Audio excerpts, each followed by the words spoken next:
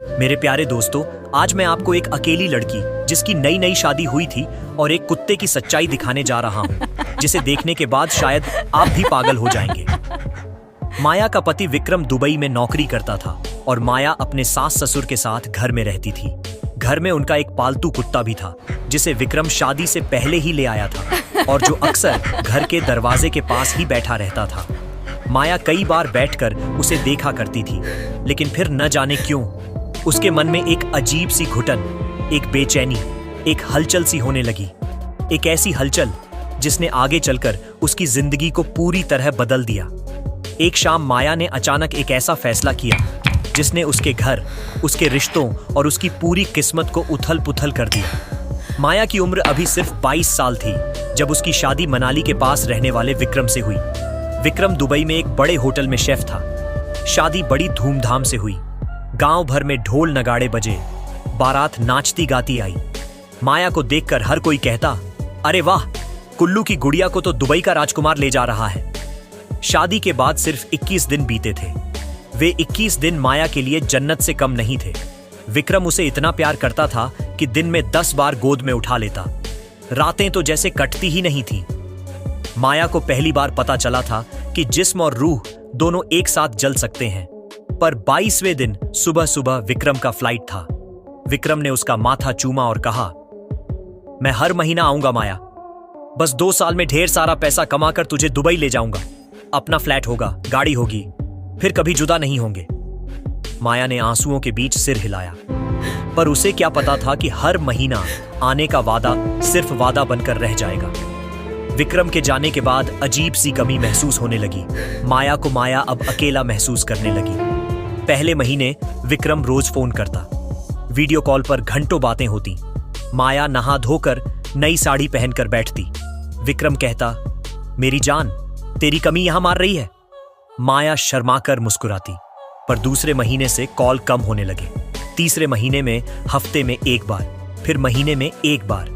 वजह बताता, होटल में ओवरटाइम बहुत है, बॉस बहुत सख्त है, पैसा अच्छा मिल रहा है। माया अपने सास ससुर के साथ घर में रहती थी। सास बीना देवी बहुत सख्त थी। सुबह 5 बजे उठकर घर का काम, बर्तन, झाड़ू पोंछा सब माया के जिम्मे। सास ताने मारती, अरे दुबई वाली बहू, बस फोन में घुसी रहती है, काम कर, घर चलाना है। माया चुपचाप सब सहती। रात को कमरे में अकेली लेटती तो उसका जिस्म जलता, नींद नहीं आती। वह तकिए को गले लगाकर रोती और विक्रम की तस्वीर से बातें करती, कब आओगे, मैं मर रही हूं यहां। घर में एक बड़ा सा काला देशी कुत्ता था, नाम था कालू। विक्रम ने ही शादी से पहले लाया था। कहा था, ये तुम्हारा रखवाला रहेगा। पहले तो माया कालू से डरती थी, पर अब वही उसका सबसे बड़ा साथी बन गया। दिन में कालू उसके पीछे पीछे घूमता, रात को कमरे के बाहर लेट जाता। माया जब रोती तो कालू दरवाजे पर पंजा मार मार कर अंदर आने की कोशिश करता। एक रात माया ने दरवाजा खोल दिया।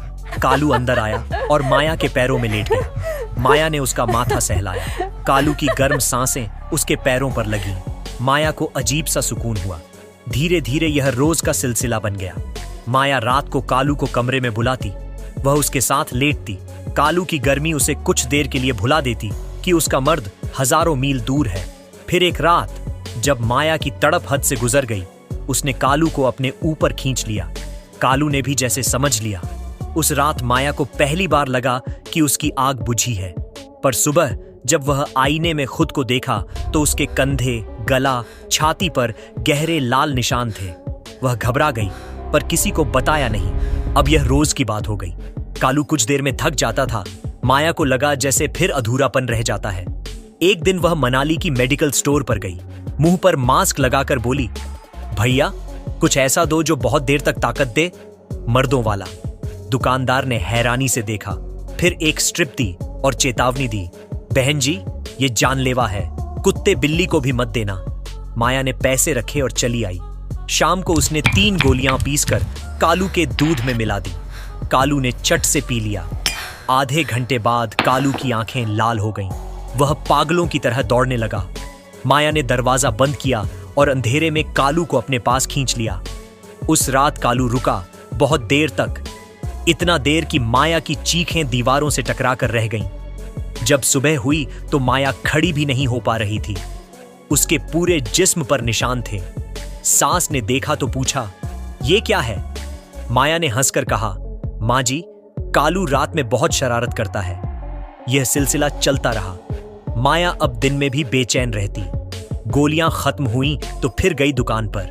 दुकानदार ने मना किया, पर माया ने दोगुने पैसे दे दिए। अब वह 5-5 गोलियां मिलाने लगी। कालू अब दिन में भी उसके इशारे पर दौड़ता। एक रात सास बीना देवी को शक हुआ। कालू की भारी सांसें और माया के कमरे से आने वाली अजीब आवाजें। वह चुपके से खिड़की से झांकी। जो देखा उससे उसका कलेजा मुंह को आ गया। माया की हालत में कालू के साथ लिपटी हुई थी और कालू पागल की तरह सास के मुंह से चीख निकलते निकलते रह गई। वह लपक कर अपने पति के पास गई और सारी बात बताई। दोनों बुजुर्ग रात भर रोते रहे। सुबह उन्होंने विक्रम को फोन किया।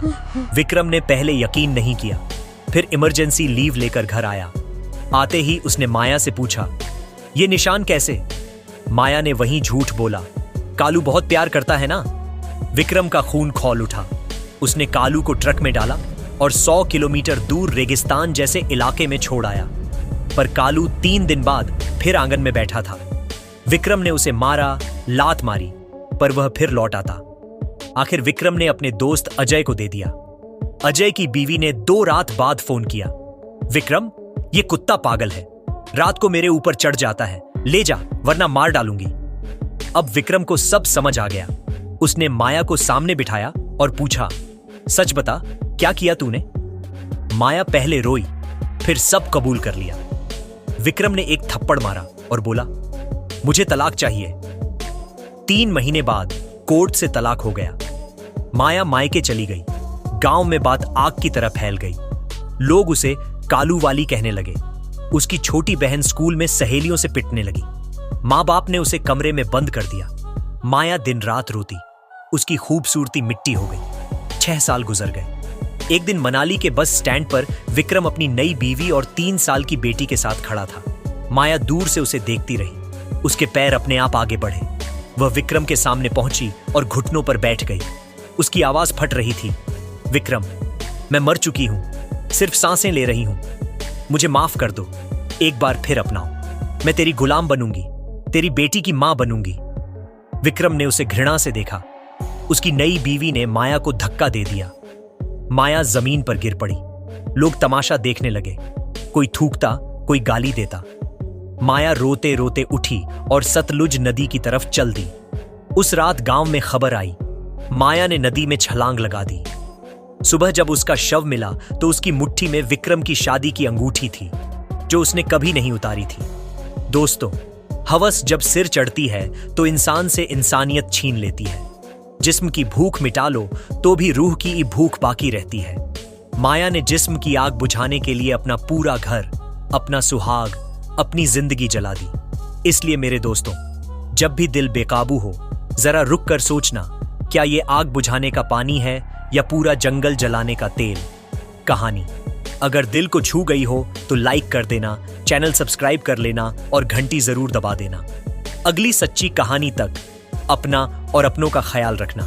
इस घटना पर आपका क्या कहना है जरूर बताएं और ऐसी घटना देखने के लिए सब्सक्राइब करना ना भूलें।